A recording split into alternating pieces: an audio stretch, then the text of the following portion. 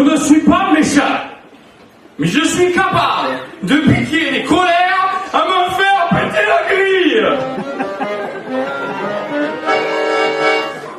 Ce jour-là, Dimitri la batterie est venu me voir pour me demander pardon, tout simplement. Alors, je me suis dit que ça faisait longtemps, moi aussi, que j'avais pas parlé au Créateur. Et j'avais aussi des choses à me faire pardonner. Alors je suis allé lui parler, moi aussi. Tout simplement. Malgré ce vol, tu cherches encore un signe du divin. Et tu l'entends murmurer au vin, rejoindre les tiens.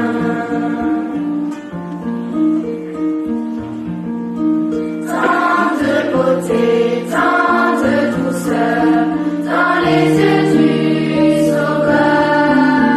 Il guérit les cœurs blessés, il est leur soutien. Dans la douleur désespérée, tu l'entends murmurer. Mon enfant, prends ma main et viens rejoindre les tiens.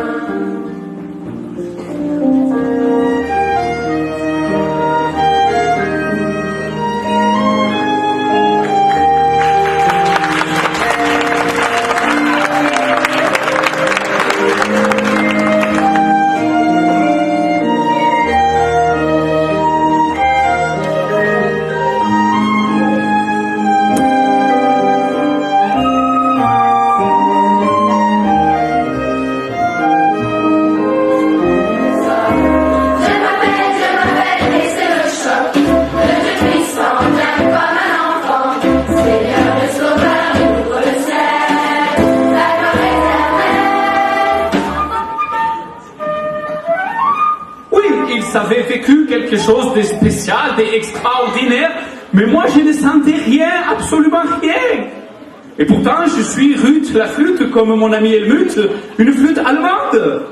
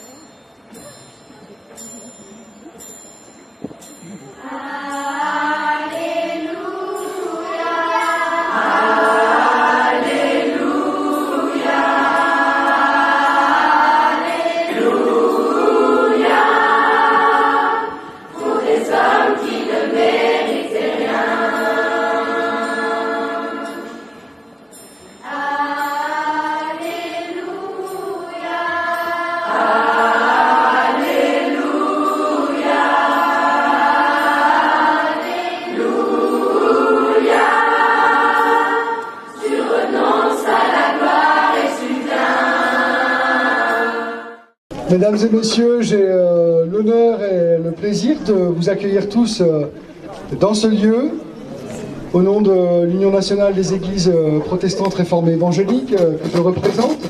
Monsieur le maire, je vous laisse la parole. Je suis heureusement surpris du nombre de gens qui se trouvent ici. Si, il serait quand même anormal qu'Anduze, ville porte des Cévennes, ville de tolérance, n'accueille pas les gens comme il se doit. Quand vous voudrez revenir dans nos belles Cévennes, vous y serez accueillis à bras ouverts.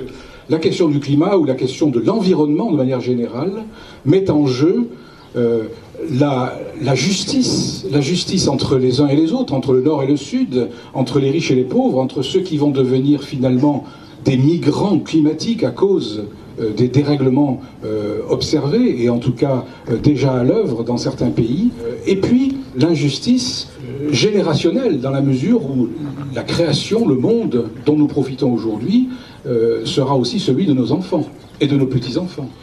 Et il y a donc lié à la question de la justice et de la paix par rapport au climat, la question de l'hospitalité au sens le plus large du terme concernant l'autre différent qui cherche asile, qui cherche à vivre sur cette terre, sur cette planète, sur cette maison commune, comme disait le pape François. Alors vous voyez que je vais jusque-là, hein, jusqu'à citer, mais parce qu'il a un prénom qui me plaît beaucoup.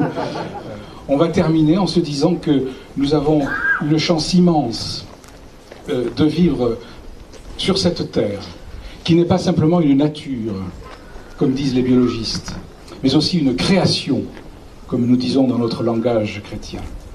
Une création, c'est-à-dire quelque chose qui a un sens et qui est précieux aux yeux de Dieu. Et comme il le dit comme il est dit dans le texte de la Genèse, ce Dieu qui vit que cela était très bon, très beau, très agréable.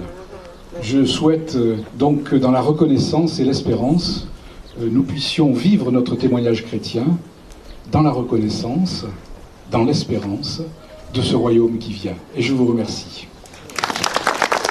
Le Conseil national des évangéliques de France se réjouit de la vitalité du monde évangélique, et en particulier de la vitalité de l'UNEPREF, qui se retrouve pour cette convention nationale. Et nous voulons, en tant que protestants évangéliques, contribuer au bien-être de notre pays.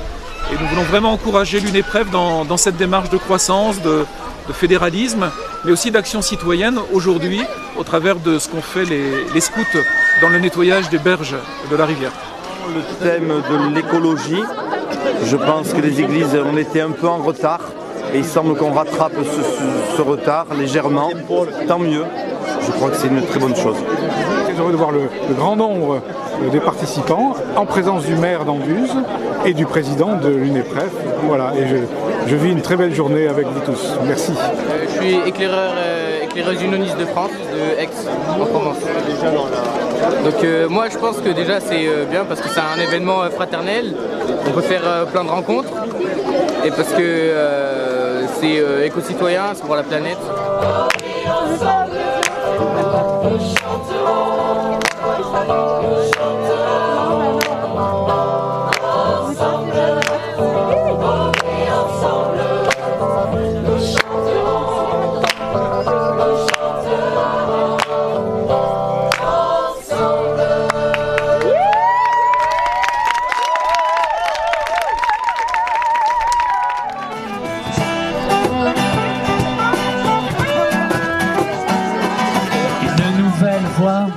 S'ouvre devant toi. Je t'en supplie, fais le bon choix. Accepte Jésus comme roi des rois. Lui seul te propose la vie. Pas sans problème et sans souci, mais éternel auprès de lui. Donne un cap à ta vie.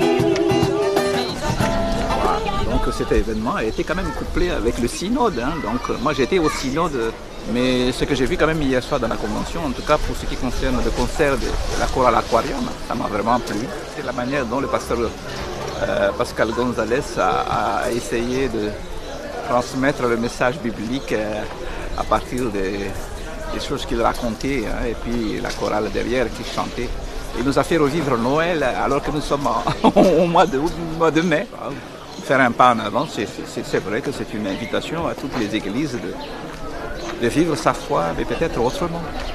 Je ne sais pas encore, je pense que c'est ce qu'on essaie de faire aussi, voir un peu qu'est-ce qu'on peut faire pour exprimer ce que nous croyons d'une manière, disons, autrement que ce que nous le faisons habituellement. Ça ne veut pas dire qu'on va pas quitter les fondamentaux, mais l'exprimer seulement autrement, c'est tout. Voilà.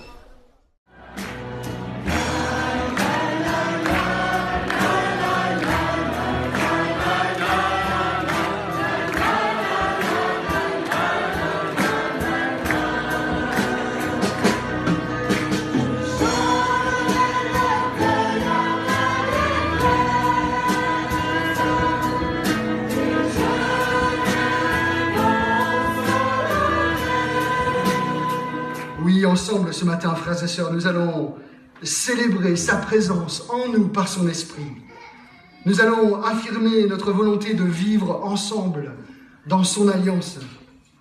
Nous allons nous replacer sous l'autorité de sa parole. Même petit et faible, nous avons continué à le prier, à l'honorer, à l'aimer.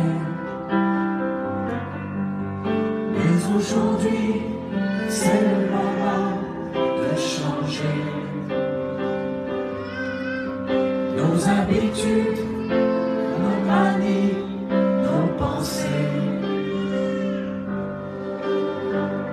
Nous voulons accepter de passer pour les fous, sans jamais reculer, sans jamais reculer. Dans les bras le tiendra, liés à toujours, un jeune d'amour, et chacun des ballons, dans les bras le tiendra, liés à toujours, un jeune d'amour, un jeune d'amour.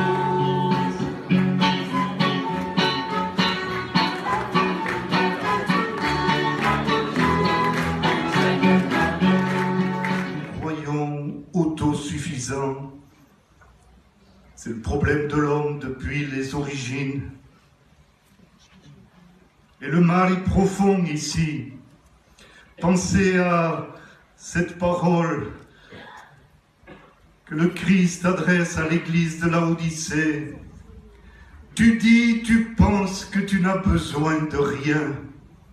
Tu dis, j'ai besoin de rien, ni de personne, alors que tu ne sais pas que tu es pauvre, misérable, pitoyable, aveugle et nu. Je t'en supplie, je te conseille, dit le texte, reviens, reviens à moi, reviens à ton Seigneur et demande-lui de t'enrichir de toutes les richesses que tu as perdues, que tu as dissipées, que tu as gaspillées.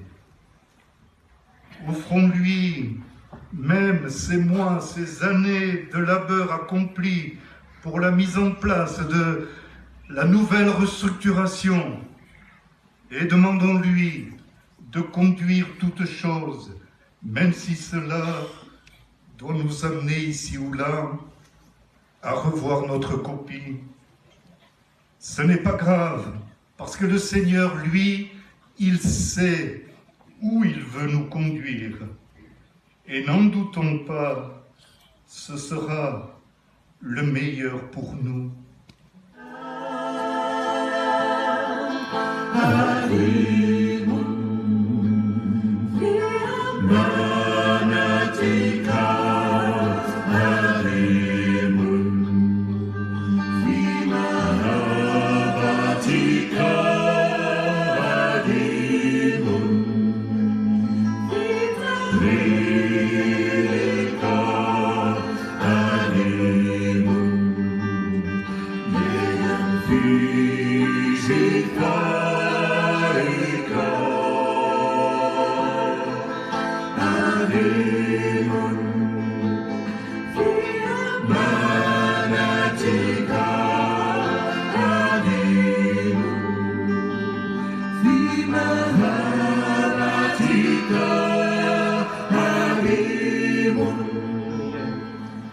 Seigneur, merci d'accorder à Samuel dans les moments d'engagement qui seront les siens, publics ou privés, la direction et le soutien dont il aura besoin.